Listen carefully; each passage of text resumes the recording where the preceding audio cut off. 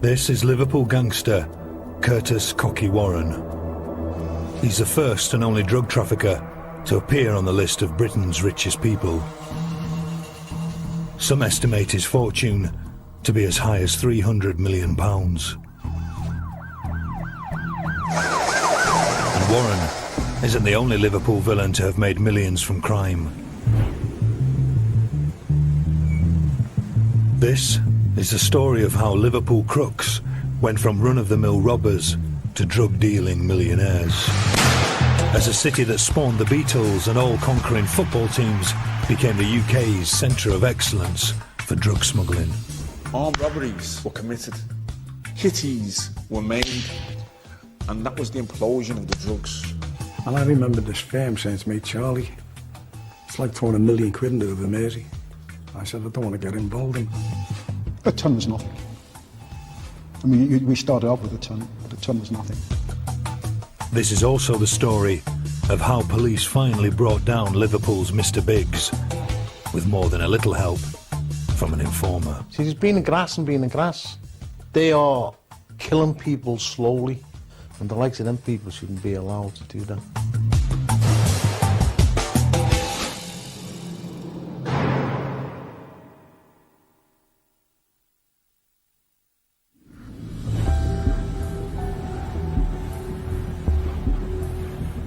Liverpool is a city made great by its port. In the 18th century, the slave trade funded its rise.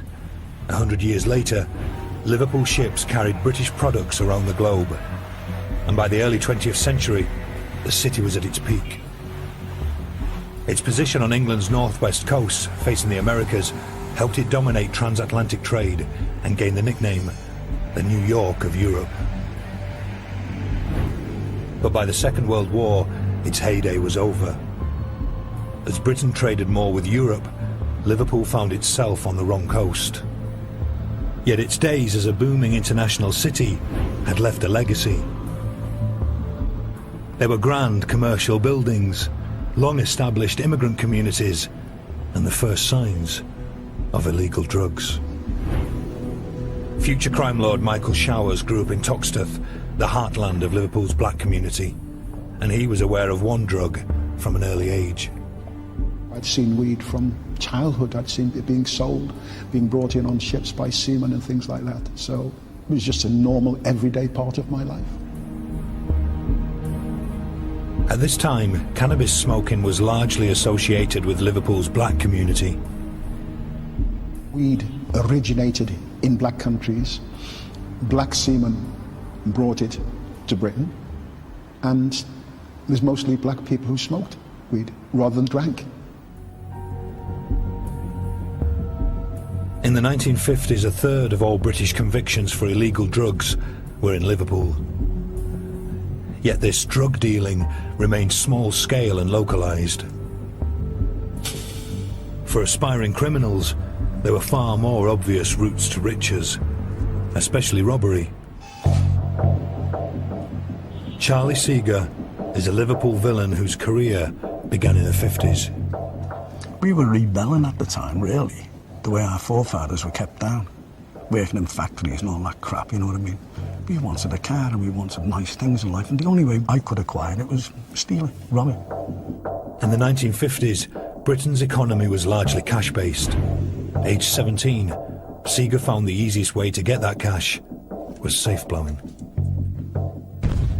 Blowing a safe was so simple.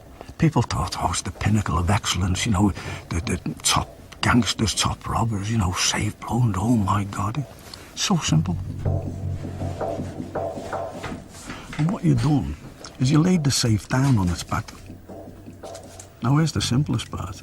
You open a packet of jelly igniter, and you just pushed it into the keyhole. Then you'd get your detonator, and you'd push it right in.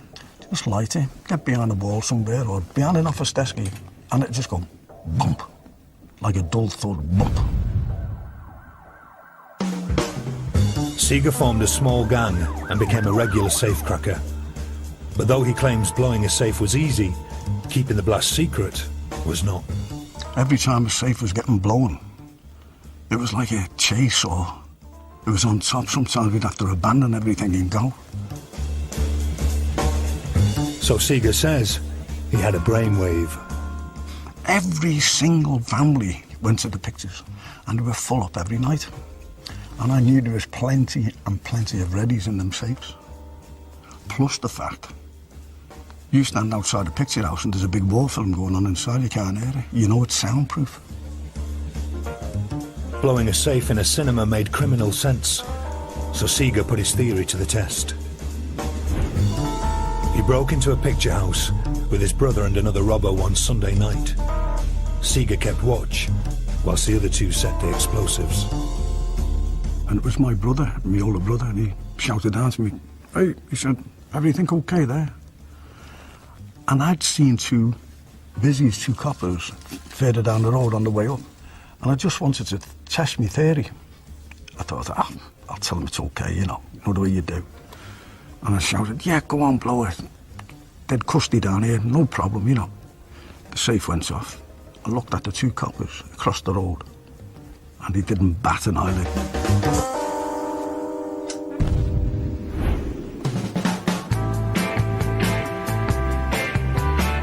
Cracking cinema safes proved Seeger's route to making big money.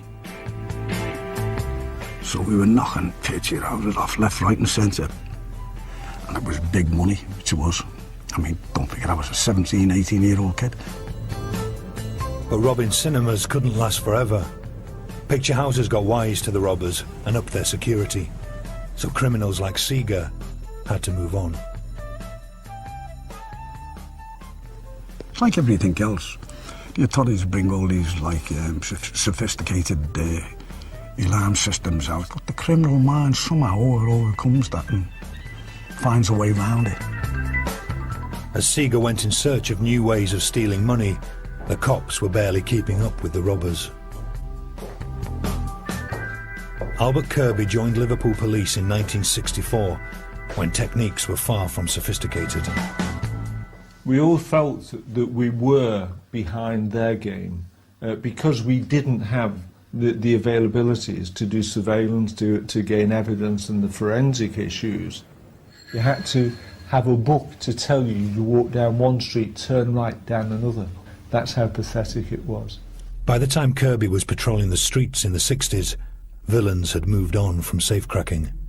Big money then was security vans, post office vans, and so it was all like wage snatchers then. Quick, fast, 2 minutes, in and out. Michael Showers was one young robber. He'd been sent to juvenile prison in 1963 for his part in a dance hall stabbing. He claims his experiences there set him off on a career as a criminal. I came out of Borstal a very bitter and angry youth. Very, very bitter. And I started stealing then. It got so that your name gets bandied about in certain groups. You get known. And that's where I started doing armed robberies, blags, banks, vans, anything at all. Michael Showers was now a professional crook. Some people carry a briefcase and went to work at 9 to 5. Our group carried a shotgun and balaclavas, and we went to work whenever we did.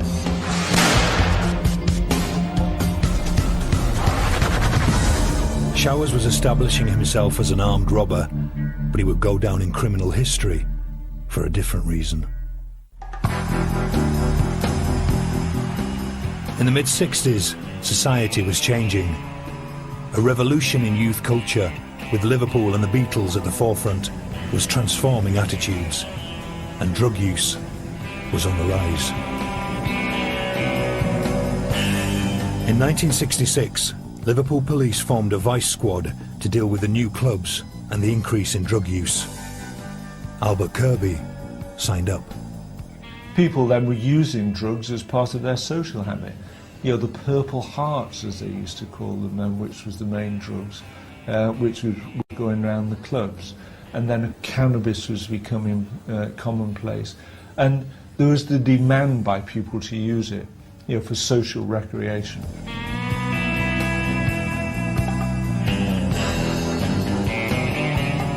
As demand increased, so did the opportunities for criminals. with money to invest. Late 60s, someone said, listen, if you buy me a pound, a weight, what they call a weight in those days, which was 1 pound weight, he said, I can give you a good return. And in those days, a pound weight of Lebanese cannabis resin was around about 100 and something pounds. So what's the return? He said, well, I'll give you 400 pounds. And I saw there was money to be made in that. Michael Showers was helping forge the modern drugs market. Yet in the late 60s, the big criminal money remained in robbery. Throughout the decade, Liverpool crooks had been looking for new ways to steal. And in August '69, they unveiled their latest secret weapon. It was just such an eye-opener to actually hear and see what they'd had the audacity to do. Over the August bank holiday, a gang of thieves broke into the district bank on Water Street using a duplicate key. Charlie Seeger says he knew the villains involved, who found getting in was the easy bit. The banks had no alarms. Windows were open in banks. They solely relied on the vaults. That was the main security, the vaults of the bank. The banks assumed their vaults were impenetrable, but they hadn't bargained on the latest bit of robber's kit, a thermic lance. They were the best things what could ever be invented for a robber. You know, you could burn through metal what was unheard of before. What's better to go in a place of a weekend, just relax, chill out, maybe have a flask with you, have a cup of tea and all that, and just burn away at the safe, at the vault. It was the first real experience we'd had of dealing with criminals who had a lot of sophistication, and then to use the ventilation system within the bank to take away the toxic fumes from the thermic lances. None of us had seen anything like that. Over the weekend, the team plundered the vault of the district bank. And they just come out after they'd done the work and mingled in with the crowds the next day, and out they went. It's as simple as that. The gang's hoard was worth 160 grand, over £2 million in today's money. It seemed the perfect bank robbery. A lot of these firms were great at doing these jobs. It's the aftermath where somebody silly in the firm can make a terrible mistake. That someone was Tommy Tacker Comerford.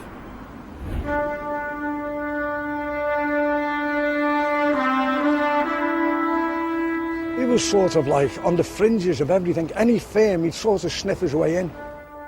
Comerford's mistake was to give a cigarette case he'd stolen from the bank to his favourite barrister.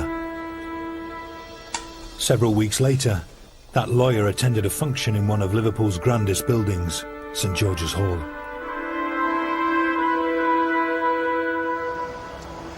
He pulls out this cigarette case, and a sharp-eyed busy who was on the case of the bank spotted it. Hello, he said, whereabout did you acquire that from? Oh, a client of mine gave it to me. Well, that was it. The Water Street bank job propelled Comerford to criminal stardom.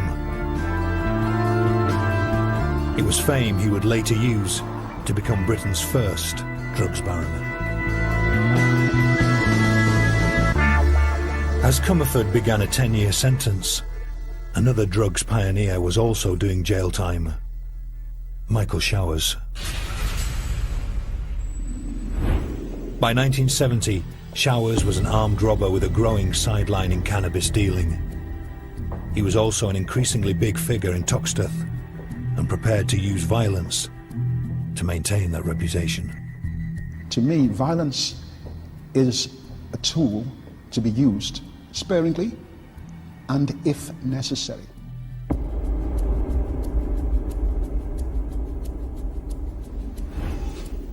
In April 1970, Michael Showers unleashed that tool on a man at a now demolished Toxteth club. It was the Somali Social Club, which is on Upper Parliament Street. Now, his uncle owned the club. He was a small guy who had something of a Napoleon complex, but he carried a gun and brandished it on a regular basis to people. And he did it to the wrong person. The person went away and took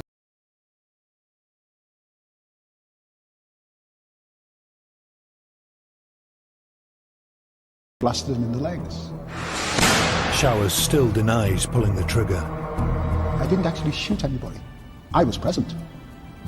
I was present. There's no two ways about it. I was present. The jury didn't believe him. Showers was convicted at Liverpool Crown Court of wounding with intent and sentenced to 7 years. The rise of this future godfather of Toxteth was temporarily stalled. By the early 70s, Liverpool's Beatle-inspired spell in the limelight had passed. The city was in the midst of its long decline. The population was plummeting, and many of its docks were being abandoned. Paul Grimes grew up in a family reliant on those docks. The docks went from as far as you could see down there, right the way to that new building, a funny shaped building there, right up to the windmills up there. That's how big the docks was, and it was fantastic at the time. But Grimes and his family weren't dockers, they were dock thieves.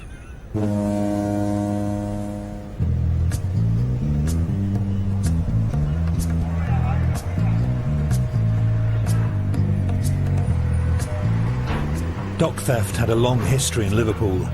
In many ways it was the city's signature crime, and it was a world away from cutting-edge bank jobs. In the 60s and 70s, we were getting a lot of problem with cigarettes going, with whiskey going, and those are the type of crimes, but you didn't really need an awful lot of skill for those.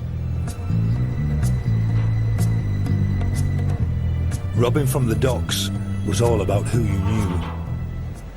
We used to have people on the docks that used to give us the wine, and they had loads of like ciggies and whiskey, gin, and all the spirits that you could get rid of. But it's just knowing the right people that you could grease down with a few quid and get away with it. But by the 70s, the dock thieves' days were numbered. Less and less cargo was manhandled off ships as containers became the norm. It was now harder for thieves to get their hands on goods, so they adapted. When it all started getting tight on there, you had to start looking around for warehouses and out of town and all that to it to make more money. Paul Grimes joined a team known as the Hole in the Wall Gang in honour of their trademark method. I like the excitement of knocking holes in walls and all that. Sitting there with a hammer and chisel, just tapping away until you get the bricks out, and the first couple of bricks out, and then you can get the rest out dead easy then. Talking between 60 and 70 grand every time you did something, which was quite handy money. Actually, so you didn't have to work for a while. These warehouse raids spelt the end of dock theft in Liverpool. In the future, the city would have a new and sinister signature crime: drug trafficking.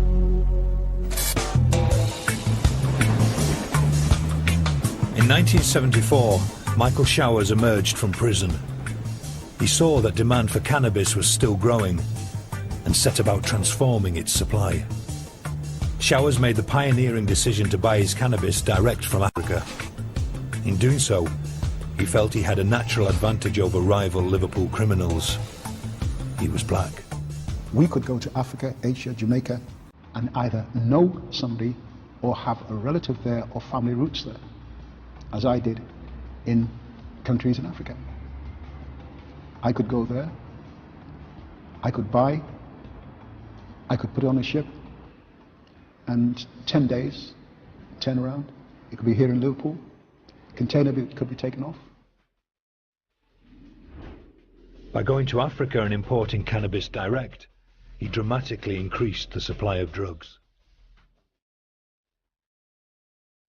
A ton was nothing. I mean, we started off with a ton, but a ton was nothing. And you multiply, by that time you're talking about £300 a pound, you work out the value of a ton. If Shower's figures are accurate, a ton of cannabis was worth nearly £700,000 in the 1970s, millions today. Showers was growing very wealthy and didn't care who knew it. I remember at one time I was away for I think it was around about 6 months in various countries, and when I came back to England, I was given my proceeds, and I think that week I bought a Rolls-Royce cash, a house cash, another house for a member of my family cash. That's the kind of money. Michael Showers was living proof big money could be made from drugs. Yet while some criminals took note, others still saw robbery as a game to be in. Charlie Seeger demonstrated how the Liverpool villain was always on the lookout for the next opportunity, whether in Liverpool or beyond. It was getting a bit hot for me in Liverpool.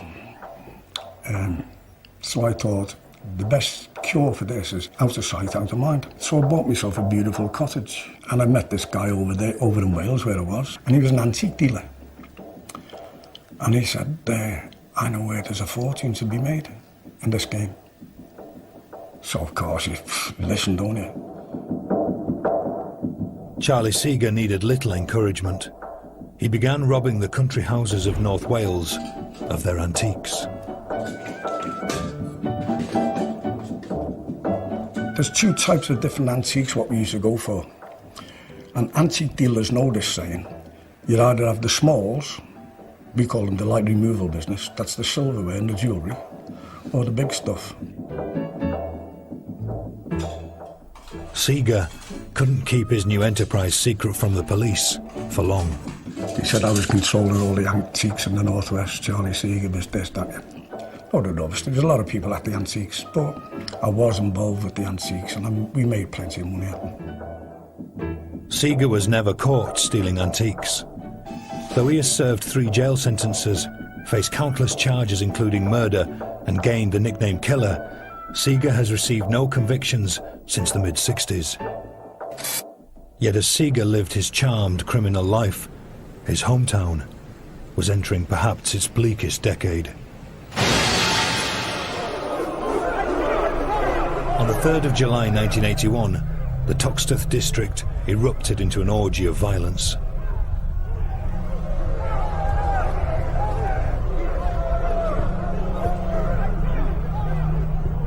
It was the worst public disorder Britain had witnessed that century, and young robber Stephen French was at the heart of it.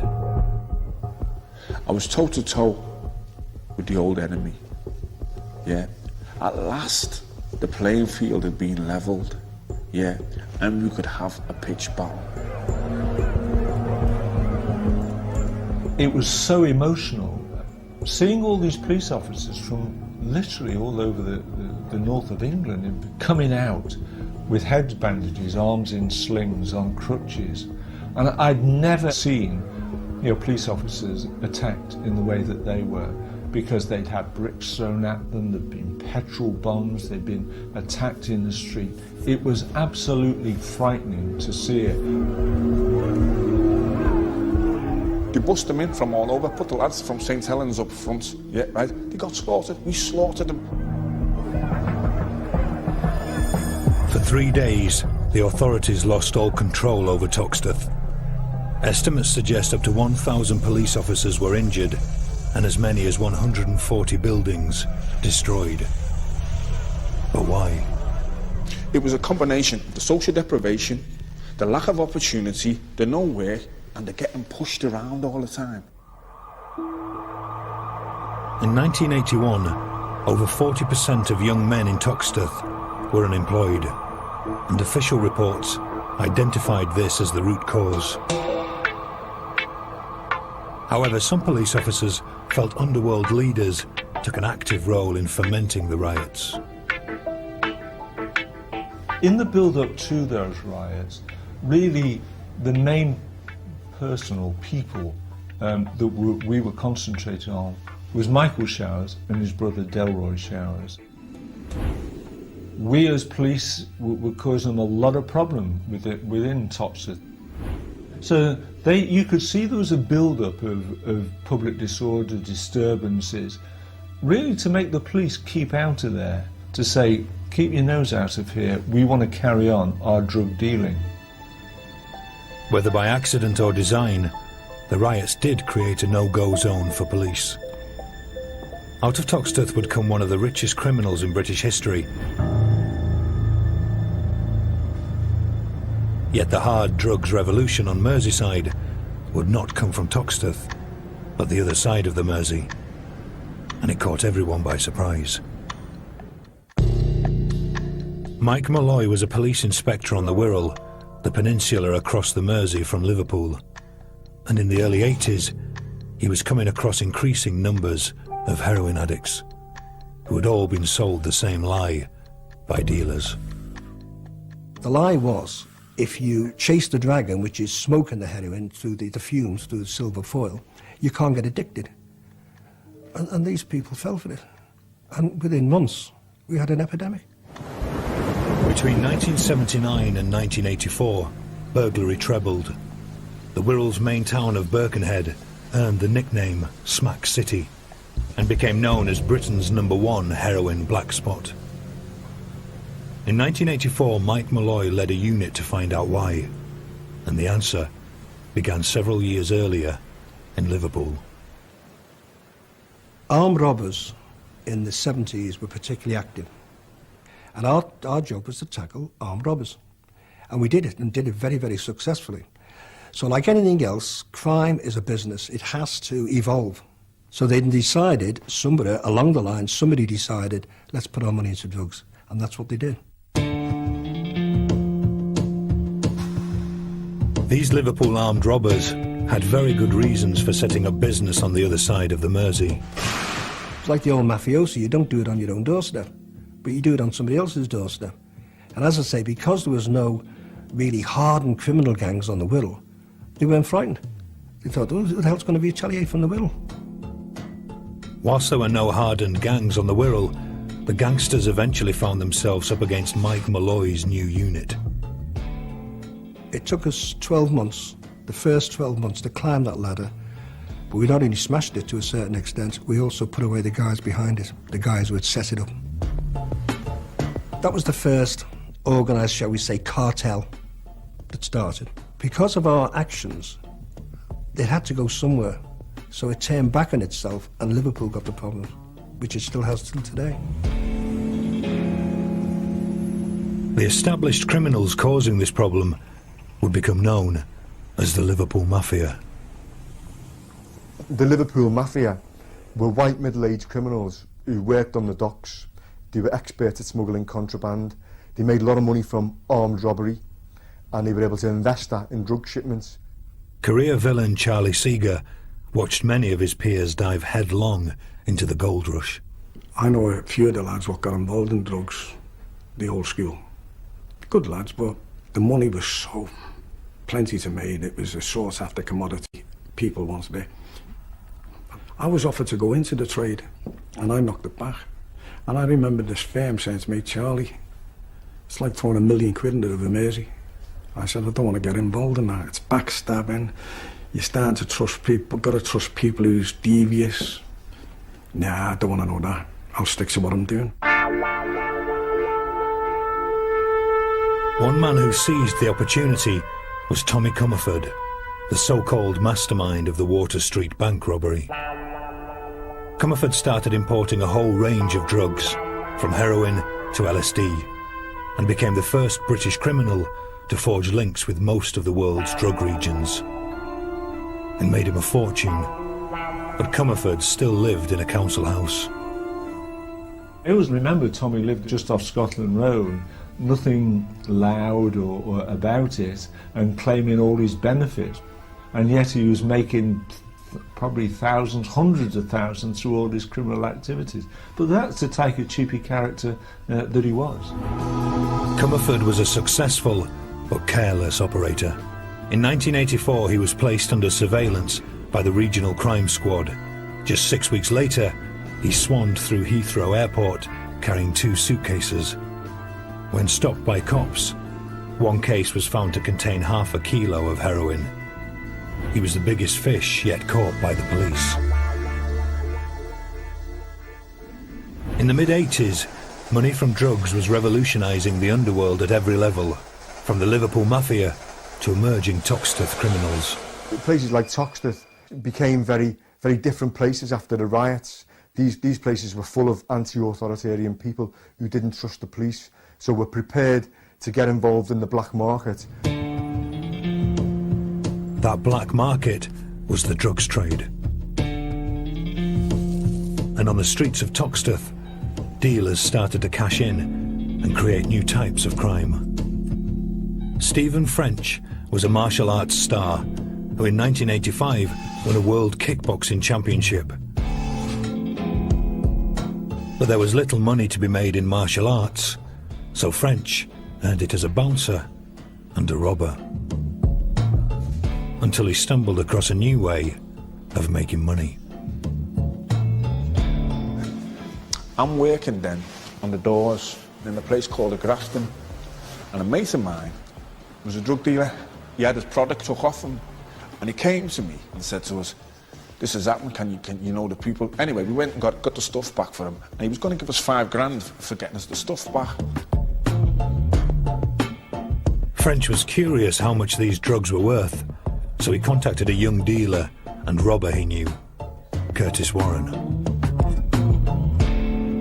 I phoned my mate Curtis and I said, "I've got this thing," I didn't know nothing about it, "I've got this thing here, boom, boom." And then Curtis told me that it was worth 30 grand. So then I realised the money that was involved.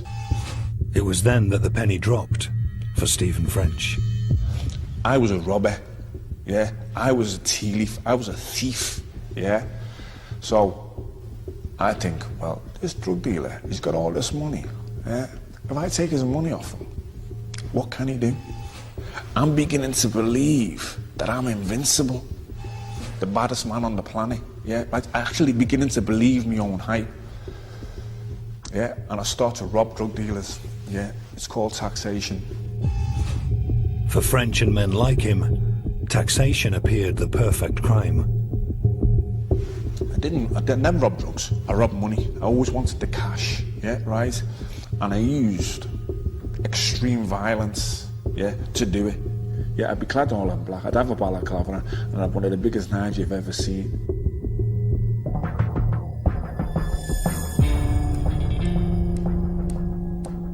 Today, Stephen French believes his violence had far-reaching repercussions.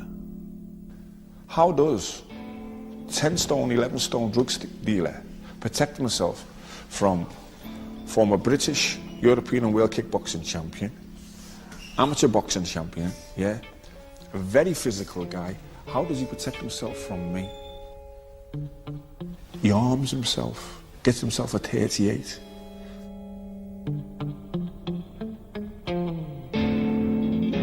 Drugs introduced a lot more violence into the underworld because the stakes suddenly became very, very high. It was no longer just about stealing 10 grand from a post office. You could make £1 million in 3 or 4 days. And I've spoken to drug dealers who did that in the 1980s.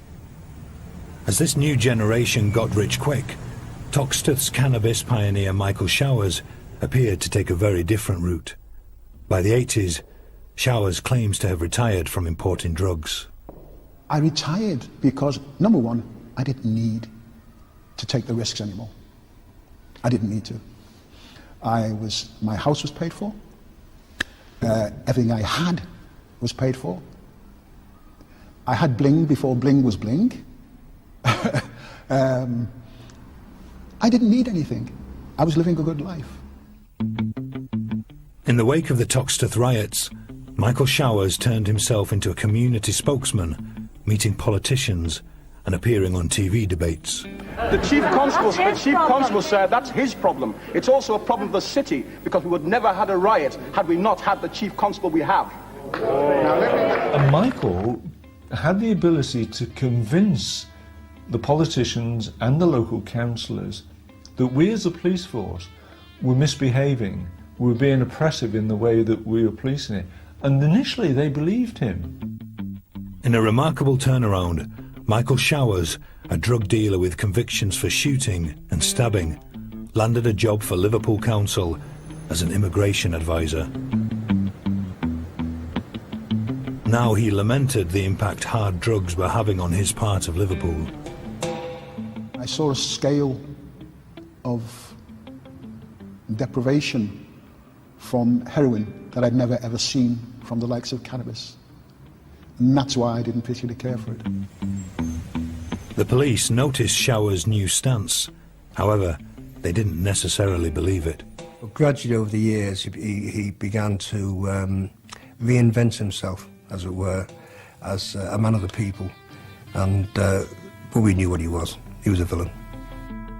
The police were right. Showers was still importing drugs. In 1990, he was sentenced to 22 years for masterminding a £2 million heroin import. At the time, Customs called Showers the most significant UK national arrested in the fight against heroin.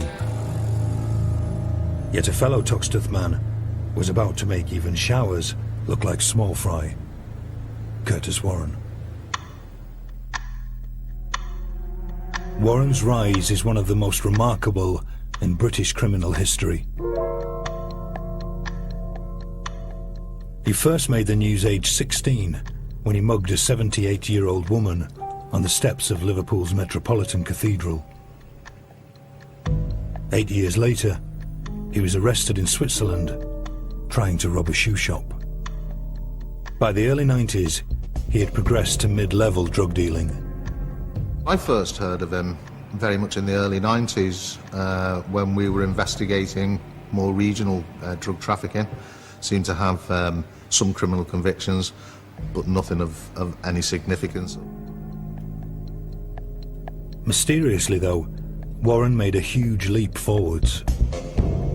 In a relatively short period of time, he would seem to have developed from working on a sort of fairly local basis to being suspected of being involved in far-reaching international drug trafficking.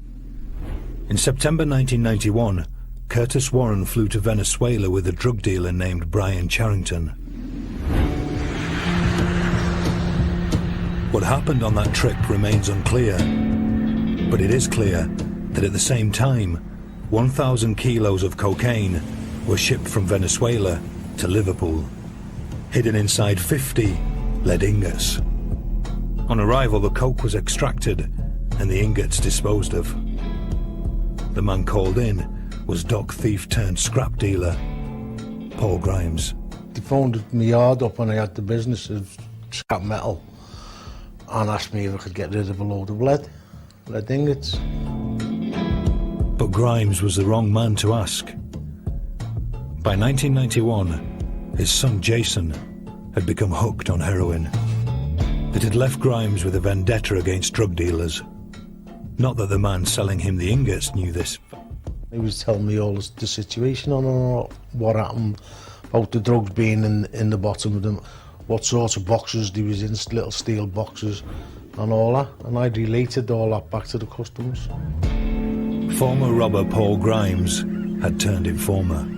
When he learned a second import of cocaine was imminent, he tipped off customs, who pounced on arrival.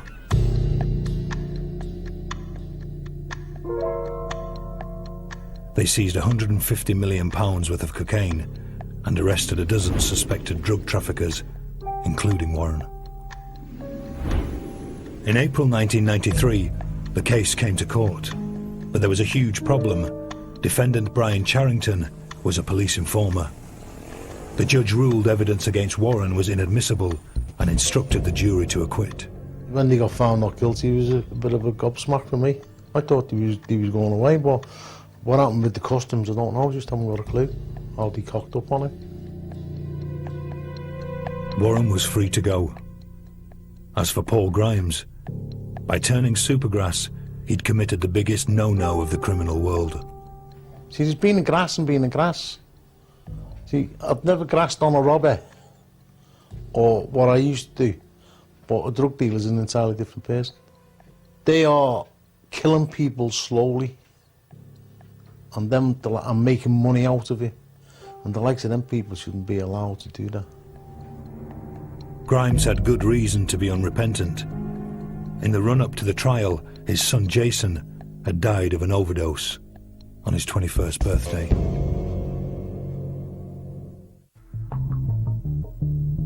For police and customs, Warren's acquittal was a disaster. Resources were now poured into catching Warren and smashing his organisation. Cop Mike Keogh was at the heart of a huge new operation, codenamed Crayfish. This is an activity that takes a lot of planning for their organisation as well as ours. So the planning takes place over a number of months, sometimes in years. For 2 years, intelligence was gathered that put Warren at the centre of Merseyside's drug supply, but police lacked definitive evidence. Then events on Liverpool's streets took a deadly turn. In May 1995, a businessman named David Ungi was shot dead in the south of Liverpool.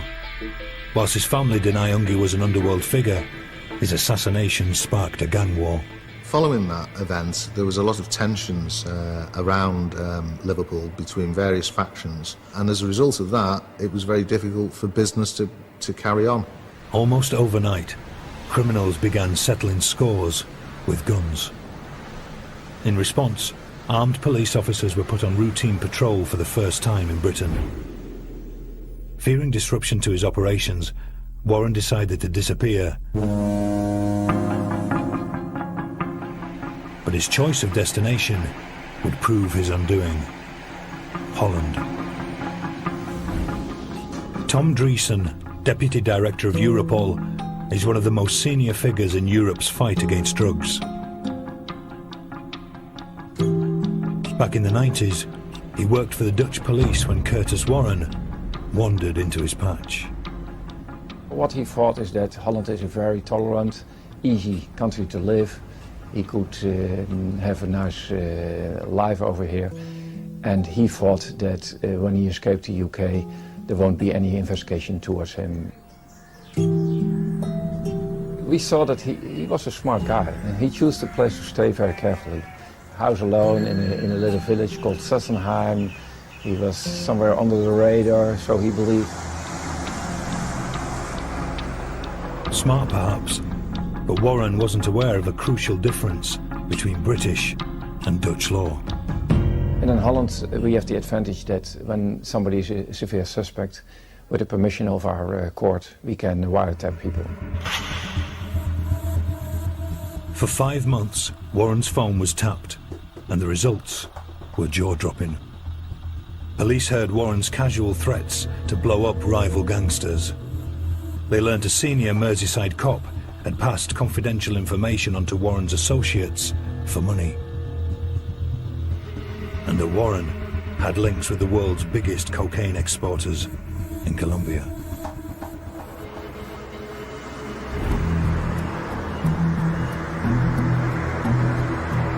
Once the Dutch had gathered enough evidence, they raided Warren's home and the home of his gang 30 kilometers away. At the moment we arrested him, we saw that they had hand grenades and automatic weapons under their pillow and next to their bed, so that was a dangerous operation. This time, there would be no escape for Warren. He was convicted of drug trafficking and running a criminal organization and jailed for 12 years in Holland. Back in the UK, the reverberations were huge. Detective Chief Inspector Elmore Davis became the most senior cop jailed for corruption in nearly 30 years. Whilst Operation Crayfish led to the arrests of 129 men, and officers began recovering Warren's money, which estimates put as high as £300 million.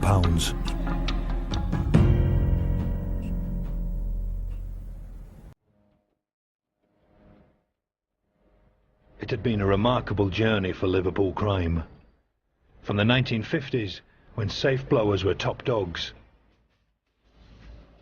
to the 90s, when a Liverpool criminal was said to be worth £250 million. And the villains who helped shape the underworld have taken very different paths. Charlie Seeger is now a successful writer and penning his 4th book. Stephen French has renounced his former life and now campaigns against gang violence. And now run the Increase the Peace programme. I speak to dozens and dozens of kids up and down the country, and lots of them, they want out. They just don't know how to get out. And things like this, yeah, will keep kids off the street.